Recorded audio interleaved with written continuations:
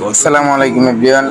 আজকে খুবই দুঃখের বিষয় হয়েছে, আমাদের ছোট্ট বোন আসিয়া আমাদের মাঝে আর নেই।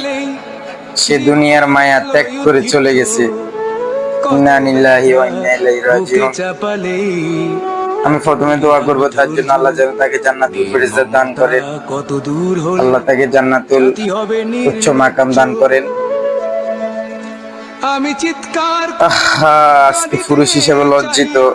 করিতে পারিনি আজকে আমাদের জীবন যৌন চাহিদার জন্য আমরা আজ 8 বছরের একটা মেয়েকে ধর্ষণ করেছে। বুকের আল্লাহ তুমি তাদের বিচার করো, আল্লাহ তুমি তাদেরকে হেদায়েত দান করো। যদি হেদায়েত না থাকে আল্লাহ তুমি তোমার গজব দিয়ে তাদেরকে ধ্বংস করে দাও। জীবন আলোয় উদ্দীপ্ত সবার কাছে একটাই রিকোয়েস্ট করব, ছোট্ট বোন আসিয়ার জন্য সবাই